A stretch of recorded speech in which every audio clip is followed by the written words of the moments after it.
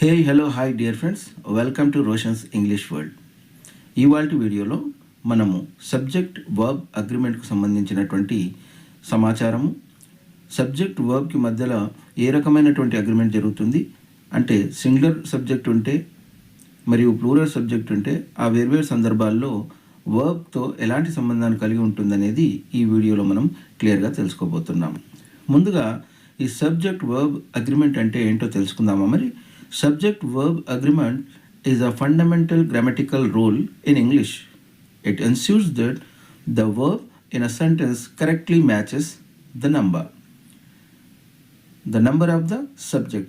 This consistency makes a writing clear and more professional. అంటే ఇక్కడ మనకి సబ్జెక్ట్ వర్బ్ అగ్రిమెంట్ అనేది ఏంటంటే ఇదొక ప్రాథమికమైనటువంటి వ్యాకరణమైనటువంటి నియమము.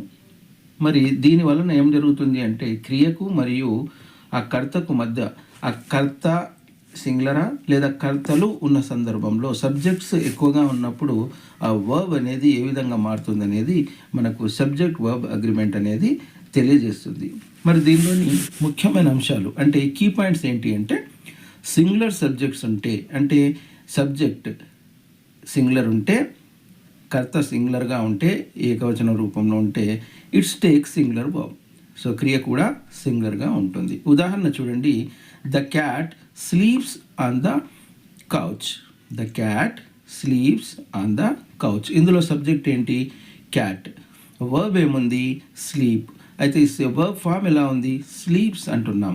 మరి అదే ప్లూరల్లో ఉంటే, బహువచనంలో ఉంటే కర్త కనుక చూడండి, ప్లూరల్ ట్రూ సబ్జెక్ట్ ఉన్నప్పుడు the verb must be take in the form of plural.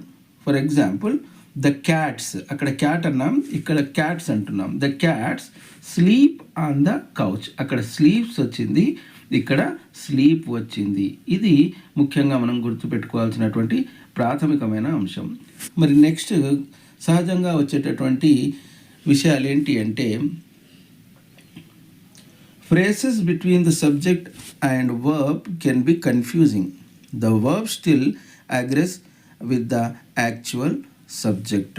మనకి ప్రధానంగా ఇందులో ఈ వర్బ్ అండ్ సబ్జెక్ట్ వర్బ్ అగ్రిమెంట్లో మనం కొంత తికమకపుకు, కొంత గందరగోళానికి గురవుతుంటాం. ఎందుకు అంటే సబ్జెక్ట్ని మనము అది ఏకవచనంలో ఉందా బహువచనంలో ఉందా గుర్తించడానికి కొంత కన్ఫ్యూజ్ అవుతాం. ఒక ఎగ్జాంపుల్ చూడండి, the box of chocolates is delicious. ఇక్కడ చెప్పండి మిత్రులారా, ఇక్కడ ఈజ్ రావాలా ఆర్ రావాలా? ఏమంటున్నాడు ఇక్కడ? The box of chocolates is delicious. Is it right sentence? Is it in the form of right or wrong? Maybe right, maybe wrong, right? This confusion is raising in your minds because of what? There are two nouns are there, box and chocolates.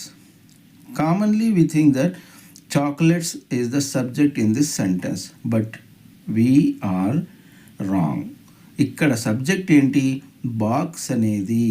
Box అనేది ఇక్కడ మనకి subject, కానీ chocolates కాదు. Chocolates బహువచనంలో ఉన్నందుకు మనం is అనేది కాకుండా are అని రాసి తప్పు చేస్తుంటాం, పొరపడుతుంటాం. సో సబ్జెక్ట్ ఇక్కడ the box of chocolates is delicious. చాక్లెట్ల డబ్బా. ఓకే ఫ్రెండ్స్, నెక్స్ట్ చూడండి, మనకు ప్రధానంగా మనము సబ్జెక్ట్ని ఐడెంటిఫై చేయడంలో తప్పు చేస్తూ ఉంటాం. Next compound subjects joined by and usually plural. బహువచనం ఉన్నప్పుడు చూడండి, example the dog and the cat play together. The dog and the cat. ఇక్కడ ఏముంది? కుక్క మరియు పిల్లి కలిసి ఆడుకుంటున్నాయి, కలిసి ఆడుకుంటున్నాయి. అండ్ అనేది ఇక్కడ మనకు ఏమవుతుంది? మనం ఇంతకుముందు గ్రామర్ పాయింట్స్ చూసాం కదా, కంజంక్షన్ అవుతుంది. మరి joined by or nor, the verb agrees with the subject closest to it. ఉదాహరణకి neither the teacher nor the students know the answer. అంటే టీచర్కు లేదా టీచర్ కానీ ఆ స్టూడెంట్కి కానీ ఇద్దరికీ కూడాను ఆ సమాధానము తెలియదు. అంటే ఇందులో టీచరు సబ్జెక్టే, స్టూడెంటు సబ్జెక్టే. అలాగే పైన చెప్పుకున్నటువంటి డాగ్ అండ్ క్యాట్ అన్నాం కదా, ఆ డాగు సబ్జెక్టే, మరియు క్యాట్ కూడా సబ్జెక్టే, కనుక వీటిని కాంపౌండ్ సబ్జెక్ట్స్ అని అంటాం.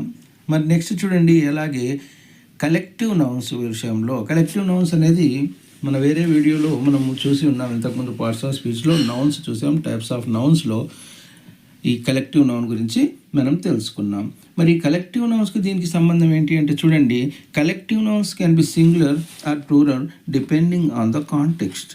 కలెక్టివ్ నౌన్స్ అనేవి సింగులర్గా ఉండుండొచ్చు లేదా ప్లూరల్ ఫామ్లో కూడా ఉండుండొచ్చు. ఉదాహరణకి the team is practicing. So ఇక్కడ టీమ్ అనేది ఏంటి, అదొక యూనిట్, అంటే కొంతమంది యొక్క సమూహాన్ని మనం టీం అంటాం. నెక్స్ట్ చూడండి, the team are arguing. The team is practicing. Team practice చేస్తున్నది అంటాం. ఏ టీం గెలిచింది అంటే ఇండియా టీం గెలిచింది అంటాం, గెలిచారు అనం. అలా కాకుండా నెక్స్ట్ ఎగ్జాంపుల్లో చూడండి, ద టీమ్ ఆర్ ఆర్గ్యూయింగ్ అంటే టీంలోని ఇండివిజువల్ అంటే ఏంటి, వైయక్తికమైనటువంటి ఆటగాళ్ళు. ఇప్పుడు అక్కడనేమో టీం అనే దాన్ని సింగులర్లో తీసుకున్నాం. ఇక్కడ టీం అనేది ఆర్గ్యూయింగ్ అని ఎందుకు అంటున్నాం అంటే అందులో ఉన్నటువంటి సభ్యులు వాదన చేస్తున్నారు, right. Some are singular, some are plural and some can be either. ఇది మనం గుర్తుపెట్టుకోవాల్సిన విషయం. మరి సింగులర్ అన్నప్పుడు each, either, neither, one, everyone, everybody, no one, nobody, someone, somebody అనే పదాలు ఎక్కడైతే వస్తాయో సబ్జెక్ట్కి అది సింగులర్గా ఉంది అని మీరు గుర్తుపెట్టుకోండి ఫ్రెండ్స్. ఇవి మనకి కొన్ని కీ పాయింట్స్. మరి అలాగే ప్లూరల్లో ఉంది అంటే ప్రతిసారి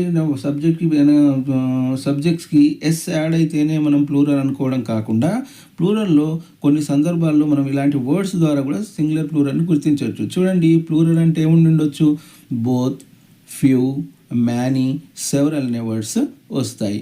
మరి సింగులర్ ఆర్ ప్లూరల్ అంటే అది సందర్భాన్ని బట్టి సింగులర్ కావచ్చు లేదా ప్లూరల్ కావచ్చు. అలా వచ్చేవి ఏంటి అంటే ఆల్, ఎనీ, మోస్ట్, నన్, సమ్.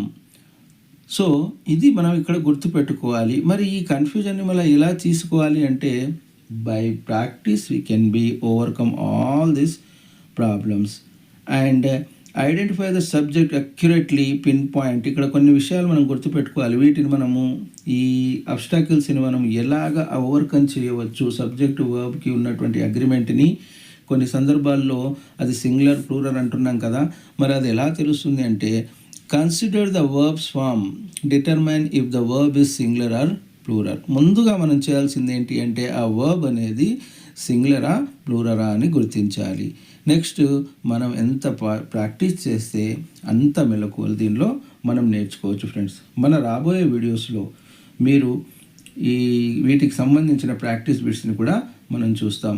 ఈ after the Sankranti holidays we are going to know about the pattern of 10th class English question paper, and as well as we again giving them the students who are needed, especially who are not having the English background in their studies. I am going to give a sufficient and useful information through my videos, through my channel Roshan's English Word. So I hope you all are going to support my channel and subscribe my channel, share my videos whoever need it.